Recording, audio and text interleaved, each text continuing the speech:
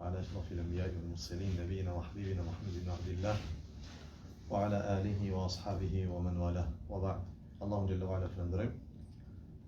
Kurse salavat dhe selamet tona mbi pejgamberin ton Muhammedin alayhi salatu wassalam i dërgojmë mbi familjen e tij, mbi shokët e tij dhe mbi gjithë ata të cilët rrugën e këtij pejgamberi deri në ditën e gjykimit të pasur. Allahu Jalla wa Ala na ka kriju neve si njerëz me disa pjesë natyrshmërisë tonë ose instinkte ose quaj si ti dush, është pjesë e natyrës njeriu. Dhe prej sendeve të cilat janë pjesë e kësaj natyre të njeriu, është që njeriu, natyrë të tij është krijesë shoqërore. Do me thonë, don me u shoqëru me dika, don me pat raporte dhe lidhje me dika. Për këtë shkak Allahu Xhellahu Ala pa të krijuar Ademin alayhis salam dhe pa të futur në xhennet. Mirë po edhe xhenneti pa shoqëri nuk shkon. Andaj Allahu Xhellahu Ala krijoi me të bashorten e tij, Havan alayhis salam. Dhe për faktin që ne duhet jena të shoqërueshëm njëri me tjetrin, njerëzit kanë shkruar libra, njerëzit kanë shkruar porosi të ndryshme, njerëzit kanë bajt seminare dhe kurse si njëri tjetri i shoqërueshëm dhe si duhet t'i mban lidhjet me të tjerët. Ama lidhja e parë që duhet njeriu ta mban është lidhja e tij me Allahun Xhellahu Ala. Dhe për këtë po janë shkruar libra. Po që është më e rëndësishme për këtë është dërguar libër. Është zbritur libër dhe janë dërguar pejgamberët të Allahut. Se si njeriu duhet ta ketë raportin e tij ka shi Allahu Xhella Xhelaluhu.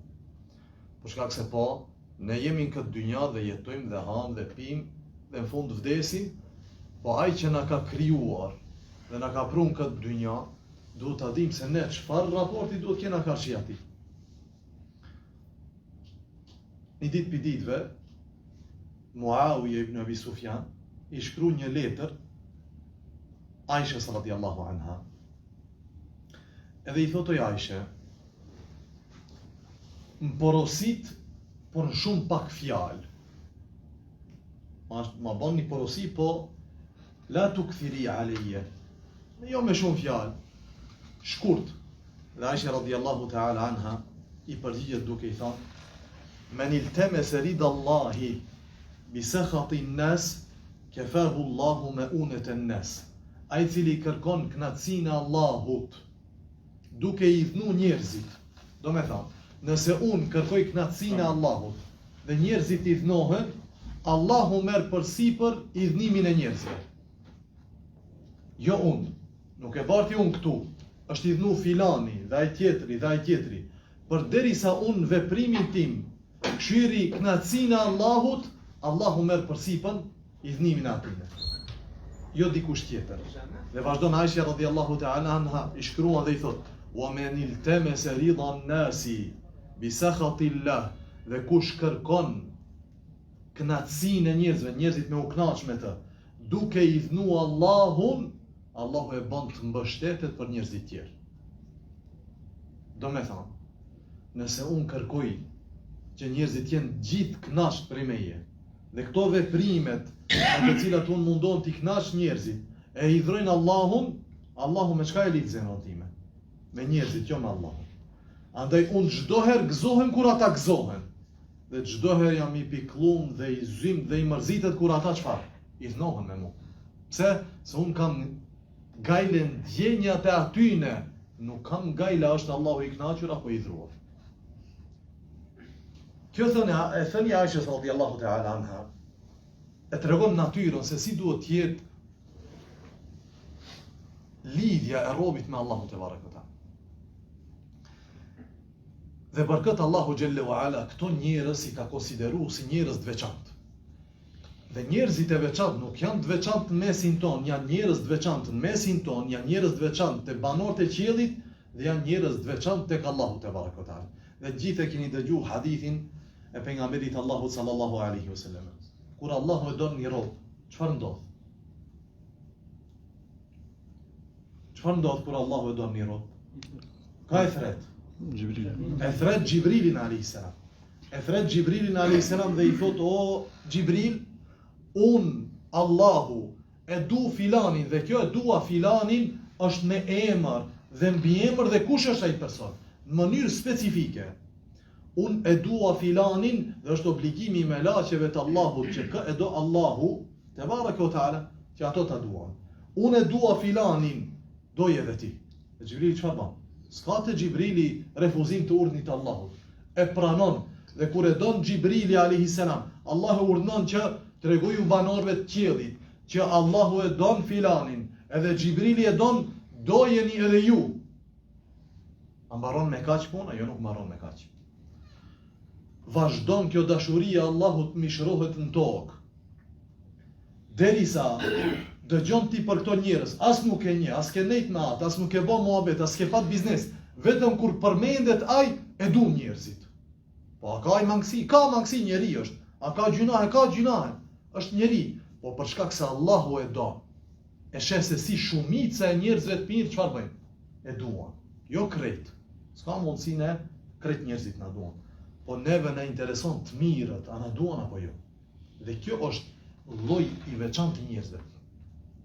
Edhe njeriu duhet të pyetet, si ka mundësi unë të mrin këtë drejgje, se që Allahut më do, dhe dashuria Allahut duket në banorët e qejve edhe në banorët e tokës. Çka kanë këto njerëz më ndryshe prej tjerëve? Pse Allahu e do atë? Përgjigja është llojin e lidhjes dhe raportit të tyre me Allahun te bareke o teala. Thamë që si përmirësohet lidhja jonë me Allahun te bareke o teala dhe ky raport jonë me Allahun, e para me gjërat të cilat na ka obliguar Allahu xhallahu ala. S'ka send më të dashur tek Allahu se obligimi që ta ka obliguar Allah. Shumë për njerëzve e hupin atë busollën edhe drejtimin kur duan të bëjnë diçka për Allahun. Andaj bën sende të cilat nuk janë obligime. I bën gjitha sendet kur e sheh ti këto sende si janë obligim. Janë sende të rendit 2 ose 3. Thot pejgamberi Allahu sallallahu alaihi wasallam, ka thënë Allahu xhalla xjalaluhu: "Wa ma taqarraba ilayya 'abdi bi shay'in ahabba ilayya mimma aftaradtuhu alayhi." Nuk më është afruar robi mua me diçka më dashur tek unë se ajo cilën unë ja kam obliguar. Edhe besimtari i din ato prioritetet në jetën e vet. Çka është e para që ja ka obliguar Allahu, pastaj e dyta, pastaj e treta. Dhe nëse hyn ai obligohet me një prej tyre, duhet ta bën atë të parën, pastaj atë dytën, pastaj atë tretën. Për shembull, ne të gjithë e themi shahadetin, pastaj gjithë e bëjmë namazin, po gjithë e japin zakatin? Jo, sepse zakati është obligim për ka? Për një grup të caktuar të njerëzve, jo për të gjithë. Po ai i cili e sheh veten se është në atë grup dhe ka obligim, e din se gjëja më e dashur në atë moment që mund ta bën ai për Allahun është kjo gjë. Dhe e bën atë gjë. Agjërimi, haxhi kështu me radhë. Mos shkojmë të merremi me sende të tjera vëllezër. Gjëja më e dashur tek Allahu xhallahu ala është ajo cilën ai na ka obliguar, jo cilën ne e mendojmë. Para mendoje kështu një shembull thjesht, walillahi al-mathalul a'la. Ti don me i blen një njeriu dashur hedije, dhurat. Dhe ne për herë kina këtë khilafin a Samsung a iPhone, pa. Po ti e parti Samsungit, ai është i partisë iPhone-it. Edhe ti i blin dhurat Samsung. Se unë e kom qejf. Tamam, dhuratën e blen për vete apo për atë? Dhuratën e blen për atë. Nuk e blen për vete. Qëllimi yt është ta kënaqësh atë, jo veten tënde. Për Allahun kur punojmë, nuk është qëllimi ne ta kënaqim veten tonë. Ne e kënaqim Allahun te bareke teala. Andaj thoshte Imam Shafiu rahimahullah, e besova Allahun, dhe atë cila është zbrit prej Allahut, ashtu si don Allahu, jo ashtu si duam. Dini nuk është si duam. Dini është si don Allahu te bareke teala. Me qenë si du unë, dhe si don ky, si don ai tjetri, nuk kish qenë feja Allahut, kish qenë e kujt? E njerëzve. Dhe njerëzit gjithmonë kanë mendime të ndryshme rreth fesë Allahut te bareke teala. Gjithmonë. Gjithmonë kanë mendime dhe do të vazhdojnë të kenë divergjenca dhe mendime të ndryshme. Andaj asnjëherë nuk ishin unifikuar ata në këtë rrugë. Për këtë shkak, shikojmë obligimet tona ndaj Allahut. E para, falënderimi dhe mirënjohja ndaj Allahut. Namazi, shahadeti, zakat, me këto ibadete ne afrohemi tek Allahu dhe bëhemi të dashur tek Allahu xhallahu ala. E dyta është me përmirësimin e raportit ton me çfarë? me mesazhin e Allahut, me librin e Allahut. Dhe pak dje folën për këtë. Mirë po, raporti jonë karshi librit Allahut është në 4 pika. Me të thonë dikush, kjo është libri Allahut. O filan, çfarë do me thonë ti t'jesh njeri i Kur'anit? Themi njeriu i Kur'anit duket në 4 gjëra raport me librin e Allahut te barekota. E para, leximi i Kur'anit. E dyta, dëgjimi i Kur'anit. E treta, meditimi i Kur'anit. Dhe e katërta, çfarë? Kuptimi. Praktikimi i Kur'anit. Se meditimi është pjesë e kuptimit. Praktikimi i Kur'anit. Ai jepi ehlel Kur'an duhet t'i kish këto 4 gjëra. Ta lexosh, ta dëgjosh pi dikujt tjetër, të meditosh, edhe ta praktikosh atë të cilën e ke lexuar, e ke dëgjuar, ke medituar. Do të thonë e ke kuptuar. Dhe atë kuptim duhet ta mishrosh në praktik, ta shtish në praktik. Sepse kjo është qëllimi i zbritjes së librit të Allahut te barekutaala. Përndryshe, të parën se di, dytën se boj, tretën asnjëherë se mendoj, prej nga vjen e katërta. Pi qielli vjen, s'vjen prej qiellit. S'mund ta punosh me Kur'an, kurse bon as parën, as dytën, as tretën. E katërta, ajo është praktika, duhet tjetë rje dhe natyrshme e 3 parave. Ai cili e lexon dhe e dëgjon dhe e kupton, do me thonë mediton, ai do të punon me atë. Përndryshe do të punon gjëra cilat nuk janë përputhshmëri me librin e Allahu xhallahu ala. Do t'i ketë kupton gjërat. Për këtë shkak Allahu xhallahu ala kur zbriti librin e tij, tha: "Afala yatadabbaruna al-Qur'an am ala qulubin aqfaluha?" Pse nuk meditojnë rreth Kur'anit, rreth librit të Allahut, apo në zemrat e aty në kanë drina? Do me thënë, ajo zemër e cila dëgjon librin e Allahut dhe e lexon dhe asnjëherë nuk i shkon ndërmend. Çka është tu thonë atë çka lexon imami? Çka është tu thonë Allahu natë unë çka lexoj prej Kur'anit? Ndoshta zemrat i kanë të drinosura, të mbyllura, të prangosura. Këtë kuptime ka ajeti. E fela yatadabbaruna al-Qur'an am ala qulubin aqfaluha. Do me thonë, ja je prej atyre cilët meditojnë rreth fjalëve të Allahut, ja po Allahu ta ka drinon zemrën. Allahu na ruaj. Andaj përmirësimi i raportit tonë me Allahun tonë xhallahu ala bëhet përmes obligimeve numër 1, pastaj përmes përmirësimit të raportit tonë me librin e Allahut te barekota. U përmenda një rast me Jubair ibn Mut'im ibn Adi radhiyallahu ta'ala anhu, ka qenë mushrik. Dhe ka dëgju pejgamberin Allahu sallallahu alaihi wasallam duke lexuar Tur, surën Tur. Thot kur kam dëgju ajetet e para se si lexon pejgamberi Allahu sallallahu alaihi wasallam, gati se zemra ime më doli pi vendi. Nuk ka qenë ki musliman. As i patra Allahu të sejdë asnjëherë deri atëherë. Po e ka kuptuar madhështinë e fjalës Allahut. Do të zemra ketu ndal prej vendi. Edhe mas asaj ka pranu Islami radhiyallahu ta'ala anhu. Mushrikët e kanë të ndalu Ebu Bekrin që të falet rreth Ka'bes. I pa të thonë shko falë në shtëpi. Ebu Bekri, tamam, i imponu, ka shku është falë në shtëpi. Mirë po ka lexuar namaz me zan. Derisa kanë fillu kojshit, gratë dhe fëmijët e kojshive të mlidhen rreth Ebu Bekrit, dëgjojnë se si e lexon Kur'anin. Dhe disa prej tyre qanin. Mendohet, me thonë, gratë aty në mlidhen dhe ndikohen prej dëgjimit të Kur'anit. Sa që kanë ardhur një delegacion e mushrikëve i ka thonë, ja, s'ban me u falë ma. Nuk ban me u falë as në barin tënd. Ka thonë Ebu Bekri, atë parën, u alash, po këtë dytën ja. Do me thonë, bëhet mes nesh pesadi madh, por këtë nuk u ala. Dhe jene të folë për njerëz cilët nuk kanë besuar në Allah. Allahu ta sejdë si kanë bërë. Si ka mundësi një musliman i cili i thotë du Allahun, i cili ban sejdë, i cili ban namaz dhe agjëra, mos ndikohet me librit Allahut te barekata. As me lexim, as me dëgjim, as me mendim, as me meditim, as me veprim, si është e mundshme. Kjo nëse aludon për diçka, aludon për dobësinë e lidhjes së tij me librin e Allahut te barekata.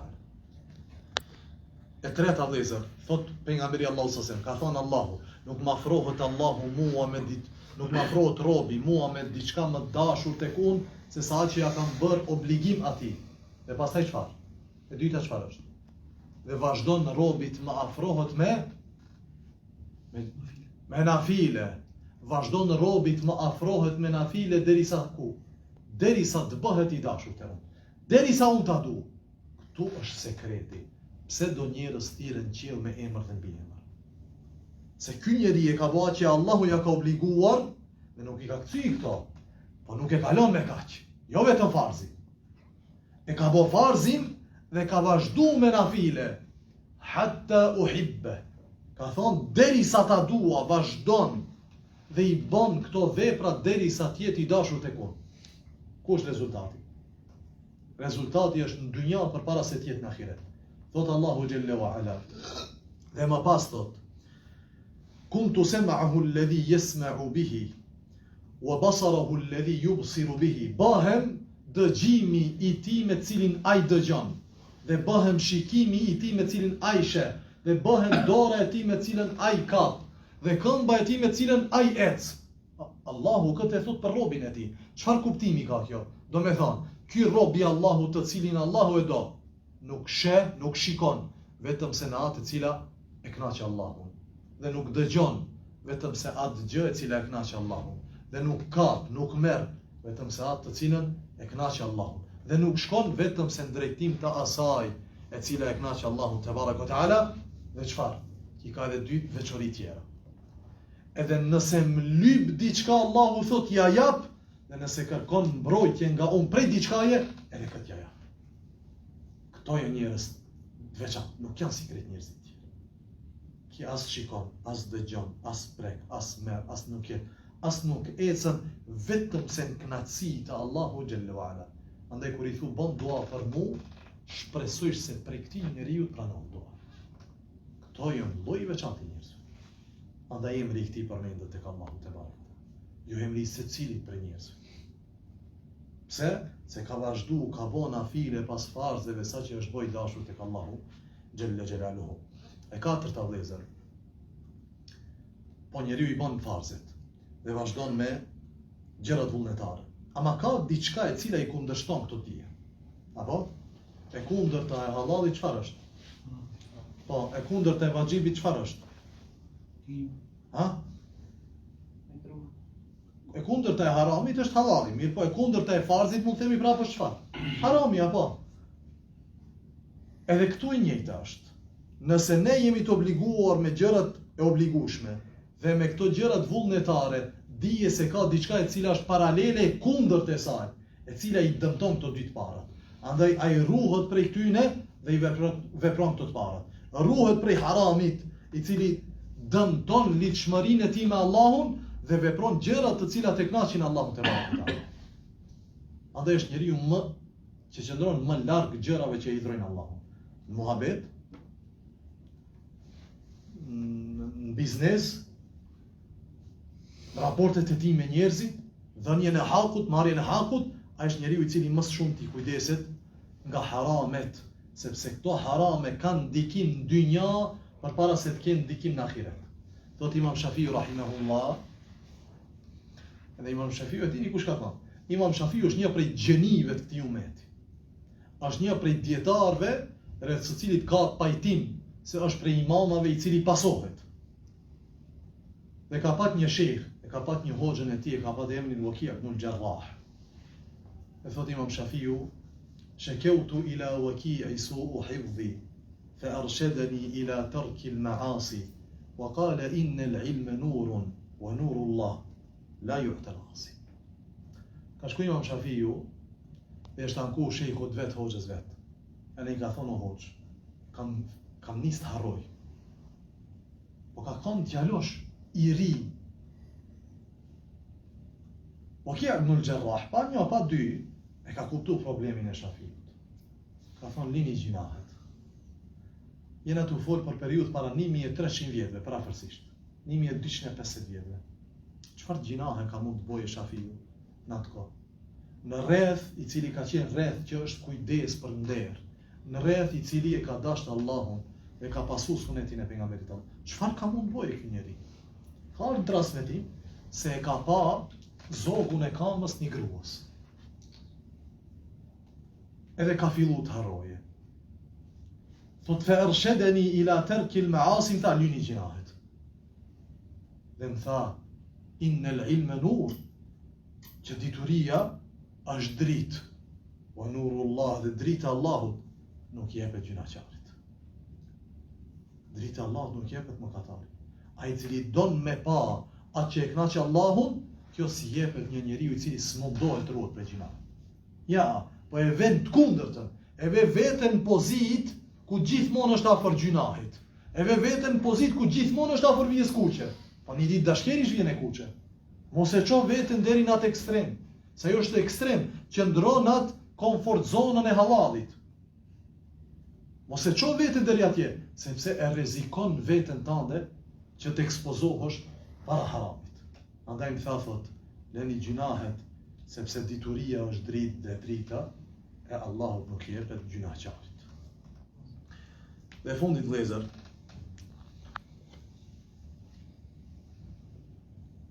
dhe pikat e kalume, ndoshta janë praktike deri diku. Mirë, po kjo e fundit është diçka e cila lidh praktike në shpirtërore. Krejt këto ne mund t'i bëjmë, por ama nëse nuk përfundohet me këtë fundit, gjitha shkojnë në ujë. Argument për këtë është hadithi i njohur i pejgamberit Allahut sallallahu alaihi wasallam, cilin gjithë ju e keni dëgjuar. Xhehenemi është i krijuar. A? I krijuar është, apo? Allahu na ka treguar se është i përgatitur për këtë. Për mosbesimtar, për kriminal. Po tamam ditën e gjykimit, kur cilën njerëzit, a ka me undes më shumë xhehenemi? Ka me undes. Si formë dënimi për kriminalët. Po lënda djegëse e xhehenemit në ditën e gjykimit, kush do t'jenë? Abu Jehli, Firauni? Jo. Ka thënë pejgamberi Allahu sallallahu alaihi wasallam. Thalathatun tusa'aru bihimun naru yawm al-qiyamah. 3 grupe ose 3 lloje të njerëzve me të cilët do të ndizet zjarri ditën e gjykimit, prej tyre të 3 llojet e njerëzve janë njerëz të cilët në syt tona kanë bërë vepra madhështore. I pari ka qenë dietar ose lexuesi i Kur'anit, i dyti ka qenë mujahid që ka luftuar në rrugt të Allahut, i treti ka qenë pasanik, i cili skalon hallexhi dhe skalon vend ku duhet me ndihmu vetëm se ka ndihmu. Këto vepra në realitet e kënaqin Allahun. E kënaqin. Andaj tek njerëzit, këto njerëz kanë pozitë lart. Çfarë trimi ka qenë? Çfarë dietari ky ka qenë? Ky pasaniku sa i mirë, sa ka ndihmuar. Po te Allahu xhallahu ala krejt këto veprat e tyne nuk ju bëjnë dobi. Përkundrazi, kur dalin përpara Allahut do të marrin aq guxim, saqë do të mundohen të arrijnë Allahun ditën e gjykimit. Do të thojnë Allah e kina bo këtë për rizan tënde. E kina bo Allah për të kënaqur ty. Allahu do thotë rrejsh. Merr guximin me rrejt Allahu se gjithë jeta e tij ka qenë mask dhe fasad. Andaj do të mundohet këtë ta praktikon edhe në ahiret. Dhe Allahu xhallahu ala e ka këtë njeri dhe fillon e ndes më shumë zjarr. Allahu na ruaj. Për këtë shkak sinqeriteti është ajo e cila e bën veprën të vlefshme ose të pavlefshme me tek Allah. E ke bën i sevap, o kërkujt mos ja përmend. Ky njeri që ja ke përmend këtë sevap, këtë vepër të mirë, s'të bën dobi në ahiret, përkundrazi. Mund ajo se ja ke kallëzu, dhe ndoshta ke ndjej diçka në brendsinë tënde, duke ja kallëzu, ndoshta vetëm çajo të bën dëm në këtë vepër. Mos ja kallëzo veprat e mira askujt. Kan thonë të parët ton fshehi veprat e mira, ashtu si që fsheh gjunahet tua. A ka qef dikush për nesh dale këtu dhe të kallëzoj për gjunahet e vetë. Sot kom bë këtë dhe këtë dhe këtë, me familjen time kom bë këtë dhe këtë, me fëmijët kështu, me atjetri. Askush s'do. Askush nuk do. Ti nxjerr lajme gjunahet e veta. Ama krejt njerëzit ndihen mirë nëse dikush flet për veprat e tyre të mira, ose pa ndjehen mirë nëse ai vet flet për veprat e tij të mira. Allahu na ruaj. Për këtë shkak është transmetuar plot prej parëve tonë, të cilët kanë thonë nuk kam shëru, do të thënë nuk kam kurru diçka më të rëndë se sa lufta ime me sinqeritet. Ti sa mendon se je nefsi, zemra kthehet. Edhe hum sinqeritetin me një vepër në cilën e ke nis 100% për Allahun. Për këtë shkak lufta me veten tënde, xhihadi me veten tënde nuk mbaron asnjëherë. Ti gjithmonë je luftë me veten tënde dhe me shejtanin. Asnjëherë s'mbaron. Në atë moment që mendon se ti e ke fitu betejën, ti ke humbur. Andaj sinqeritetin rruje, se është kapitali më i madh që e kemi ne përpara Allahut te barekuta. Humbet sinqeriteti, çdo vepër tjetër bjen nuj dhe Allahu na rujt vetë autori këtyre veprave përfundon zja. Dhe do të jemi të kujdesshëm. Me këto gjëra ne përmirësojmë raportin tonë me Allah. Me këto gjëra ne të bëhemi dashur tek Allahu dhe përmendet emri jon tek Allahu xhallahu.